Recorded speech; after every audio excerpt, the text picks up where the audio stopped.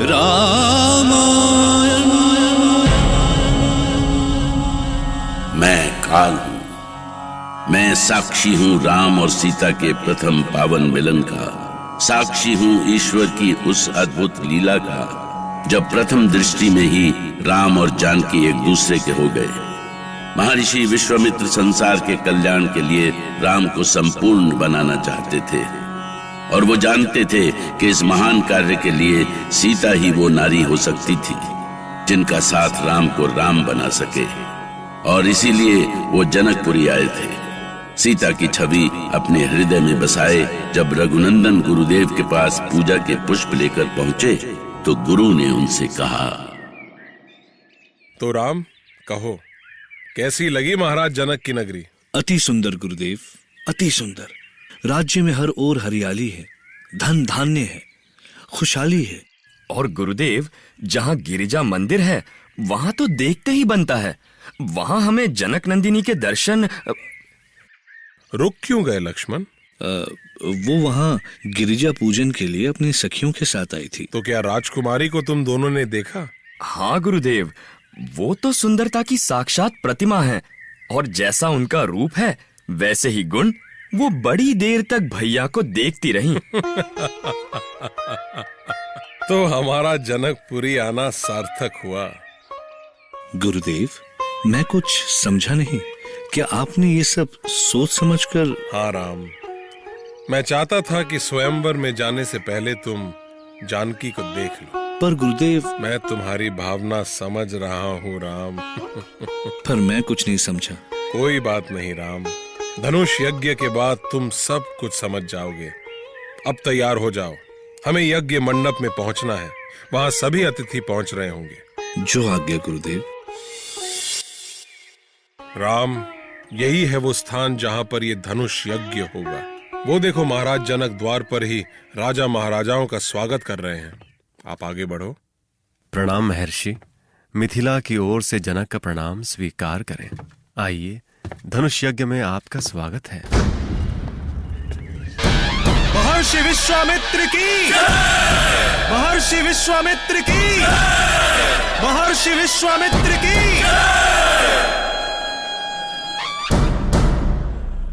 मैं आपके आगमन से धन्य हुआ महर्षि।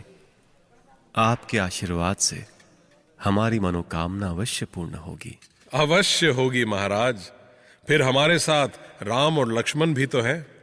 जहां इनके चरण पड़ते हैं वहां सब शुभ ही होता है। अहो भाग्य हमारे महर्षि। आइए, मंडप में पधारिए। जनक सुता सीता के स्वयंवर के लिए भव्य मंडप सजाया गया था। मंडप ऐसा था जैसा देवराज इंद्र का दरबार। कितने ही देशों से आए राजा महाराजा अपने अपने आसनों पर विराजमान थे। वेद मंत्र पूरे मंडप में गूंज उठे। मिथिला की कन्याएं झरोखे से धनुष यज्ञ देख रही थी। तभी कई शंख एक साथ बज उठे और इसी के साथ विशाल शिव धनुष को मंडप में लाया गया। महाराज जनक अपनी पुत्री सीता और उनकी सखियों को साथ लिए धनुष के पास आए और उद्घोषक ने घोषणा की, संपूर्ण संसार के पराक्रमी राजाओं और राजकुमारों, महाराज जनक ने प्रतिज्ञा की है कि जो वीर साक्षात महादेव के इस पिनाक धनुष पर प्रत्यंचा चढ़ा सकेगा, उसके साथ मिथिलापति महाराज जनक अपनी पुत्री राजकुमारी सीता का विवाह करेंगे। वहां उपस्थित सभी राजे महाराजे एक से बढ़कर एक शक्तिशाली थे। जब वो शिव धनुष को देखकर हुंकार भरते थे तो जान पड़ता था जैसे वो उसे फूल की तरह उठा लेंगे, पर शिव धनुष इतनी आसानी से न उठ सका। क्या ऐसा संभव था? शंभु धनुष के आगे सभी राजा महाराजा का बल ऐसे उड़ गया जैसे सूरज की पहली किरण के सामने ओस की बूंदें उड़ जाती हैं। एक एक कर सब राजा महाराजा हार कर निढाल हो गए। क्या आप सब राजा महाराजाओं में ऐसा एक भी वीर नहीं जो शिव धनुष पर प्रत्यंचा चढ़ा सके, जो धनुष यज्ञ पर खरा उतरकर मेरी पुत्री जानकी को वर सके? आप लोग सोच क्या रहे हैं? आगे बढ़िए और चढ़ाइए प्रत्यंचा। आपके पैर जम क्यों गए? आप उठते क्यों नहीं? कहां खो गया आपका पौरुष? कहां खो गया आपका आत्मसम्मान? मुझसे वीरों का ये अपमान और नहीं सहा जाता गुरुदेव। ऐसे अपमान को चुपचाप बैठकर सहने से तो मैं मृत्यु को गले लगाना अच्छा समझूंगा। मैं समझता हूँ लक्ष्मण, पर इसमें महाराज जनक का कोई दोष नहीं। वो अपने माथे पर पुत्री को अविवाहित रखने का कलंक झेलने की कल्पना से टूट गए, क्योंकि शिव धनुष पर प्रत्यंचा चढ़ाने की बात तो दूर, अभी तक कोई वीर उसे हिला तक नहीं सका। मिथिलेश कुमारी वरमाला लिए इसी ओर देख रही हैं गुरुदेव। आप जानते हैं कि वो क्या चाहती हैं। अब क्या हुआ सीता? कुछ बोलती क्यों नहीं सीता? क्या हो गया है तुम्हें? क्या सोच रही हो? सोच रही हूँ जाने कुमार आगे क्यों नहीं आ रहे? क्या है उनके मन में? क्या चाहते हैं वो? क्यों आगे बढ़कर उबार नहीं लेते हमें इस अपमान से? क्यों कुमार, क्यों? अभी कई राजकुमार अपनी शक्ति की परीक्षा करने वाले हैं कुमार।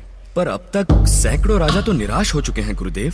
पर जानकी के मुख पर निराशा नहीं, प्रतीक्षा के भाव है। तो उनकी प्रतीक्षा पूरी क्यों नहीं कर देते गुरुदेव? भैया को आदेश क्यों नहीं देते? समय आने दो लक्ष्मण। देखो महाराज जनक कुछ कह रहे हैं। आप सब क्या देख रहे हैं? क्या कोई भी ऐसा वीर नहीं बचा इस धरती पर जो इस धनुष को उठाकर प्रत्यंचा चढ़ा सके? ये क्या कह दिया इन्होंने? ऐसी कठोर वाणी, ऐसा दुस्साहस, ये तो हमारा अपमान है। घोर अपमान। इनका मूल्य इन्हें चुकाना होगा। चुकाना होगा? हाँ, चुकाना ही होगा। शांति शांति। महाराज जनक कुछ कहना चाहते हैं, आप सभी ध्यान से सुने। संपूर्ण संसार के महारथी, बड़े बड़े योद्धा और महिपाल यहां इकट्ठा हैं, पर बड़े दुख के साथ कहना पड़ रहा है कि इनमें कोई भी ऐसा नहीं जो महादेव के इस धनुष पर प्रत्यंचा चढ़ा सके। यदि मुझे पता होता कि संसार में कोई क्षत्रिय योद्धा नहीं रहा तो मैं ऐसी प्रतिज्ञा ही क्यों करता। लगता है ईश्वर ने मेरी सीता के भाग्य में विवाह लिखा ही नहीं, इसलिए मैं इस यज्ञ को यहीं। ठहरिए राजन, अभी ये धरती वीरों से खाली नहीं हुई है। आपकी पुत्री का विवाह होगा, अवश्य होगा ये विवाह। विश्वामित्र की वाणी में ऐसा विश्वास था जैसे वो जानते थे कि शिव धनुष पर राम ही का नाम लिखा है, और उनके इसी विश्वास ने राजा जनक की चिंता हर ली। राम